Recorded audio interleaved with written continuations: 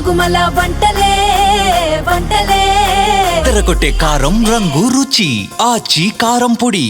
ఉమ్మడి ఒంగోలు నెల్లూరు జిల్లాల్లోనూ మొంతా ప్రభావంతో అన్నదాతలు నష్టపోయారు. గుండ్లకమ్మ రిజర్వాయర్ గేట్లు ఎత్తివేయడంతో దిగువ గ్రామాల్లోకి వరద నీరు రావడంతో స్థానికులు భయాందోళనకు గురయ్యారు.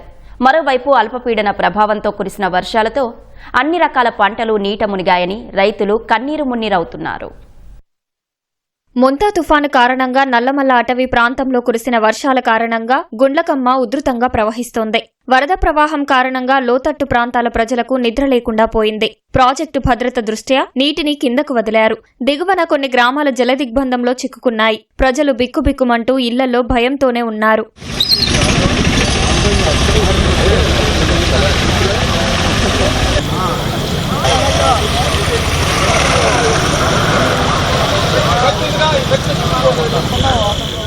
మద్దిపాడు, నాగులప్పలపాడు మండలాల్లో కొలసనకోట, వెల్లంపల్లి, మద్దిరాలపాడు, నందిపాడు, ఇనుమనమెల్లూరు పరివాహక గ్రామాల్లోకి నీరు వచ్చి చేరింది.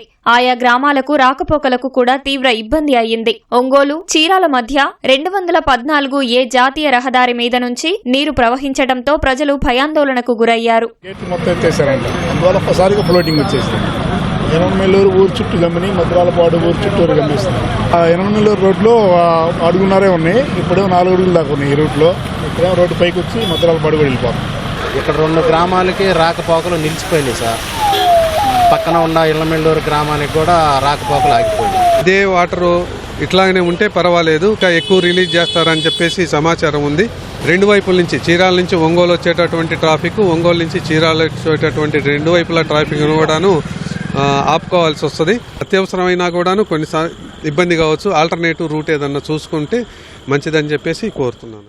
మొంతా తుఫాను కారణంగా ప్రకాశం జిల్లాలో వాగులు పొంగి ప్రవహించాయి. చెరువులు పొంగి పొర్లాయి. 1,02,000 క్యూసెక్కుల ఇన్ఫ్లో ఉండగా తొలుత 1,50,000 క్యూసెక్కులు విడిచిపెట్టారు. తర్వాత 1,25,000 క్యూసెక్కుల నీటిని దిగువకు వదిలారు.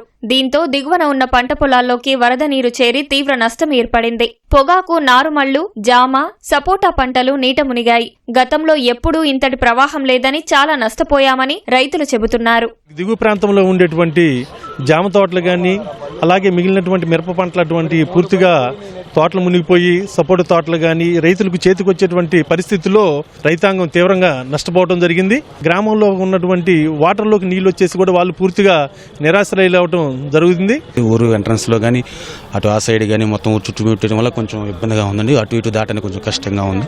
పంటలన్నీ కూడా మునిగిపోయినాయండి. ఒక 60-70 వేల రూపాయలు నష్టం వస్తుంది రెండింటి మీద. జూట్ వేసాను, జూట్ మునిగిపోయింది. 3 రోజులుగా ప్రకాశం జిల్లా కనిగిరి నియోజకవర్గ వ్యాప్తంగా భారీ వర్షం కురిసింది. ఎన్నో ఏళ్లుగా ఎండిపోయి ఉన్న చెరువులు జలకలను సంతరించుకున్నాయి.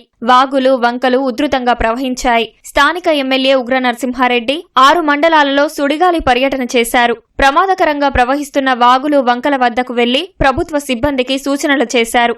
మార్కాపురంలో చేపలు పట్టుకునేందుకు స్థానిక యువత ఎగబడ్డారు.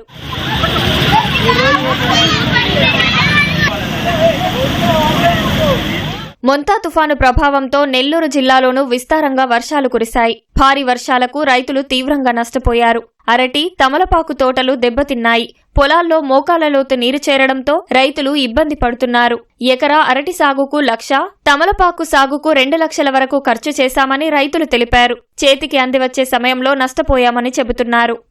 ముద్దోట, లేదోట కలిసి ఒక 420 ఎకరాలు అరటి తోట ఉంది. కౌలుదారుల రైతులే ఉన్నారు. తోనపాల తోట, ముద్దోట, లేదోట అంటే ఇప్పుడు కోతకొచ్చే తోట, నెక్స్ట్ డిసెంబర్ 20వ తేదీ నుంచి కోతకొచ్చే తోట. ఈ 2 తోటలు కలిసి సుమారు వచ్చేసి ఒక 250 నుంచి 275 ఎకరాలు పైచీలకు ఉంటుంది. 20 కేజీ తీసే అరటికాయలు వచ్చేసి ఇదే విధంగా వాటర్ ఉన్న దానివల్ల 10 కేజీ 9 కేజీకి వచ్చి వెయిట్లెస్ అయిపోయేదానికి కూడా ఆస్కారం ఉంటుంది. సైజు కూడా తగ్గిపోయేదానికి ఆస్కారం ఉంటుంది. కళ్ళు తీసుకోవాలంటే ఈ తోట 2-3 నెలలు పడుతుంది. ఈ 2-3 నెలల లోపల సీజన్ అయిపోద్ది. ఇట నీళ్లు ఉండడం వల్ల గెల్లన్నీ పడిపోయినాయి. దాదాపు మోకాట్లోతు కంటే ఎక్కువ ఉన్నాయి. ఈ నీళ్లు వల్ల ఇంకా 1 రోజులు ఒక్క ఆకు రాదు, ఏం రాదు. చూడండి ఎట్లా పడిపోండి తోటలో, అదంతా పడిపోండి. ఈ విధంగా మేము నష్టపోయాం సార్. గవర్నమెంట్ వాళ్ళు మమ్మల్ని ఆదరించాలని కోరుకుంటున్నాం. పచ్చగా కనపడి ఈ పైరంతా కూడా చనిపోద్ది. 4 రోజులు ఎండగాయిస్తే ఇది కూడా ఏమి ఉండవు. ఎకరానికి వచ్చి ఖర్చు 2 నుంచి 2.5 లక్షలు అవుతుంది.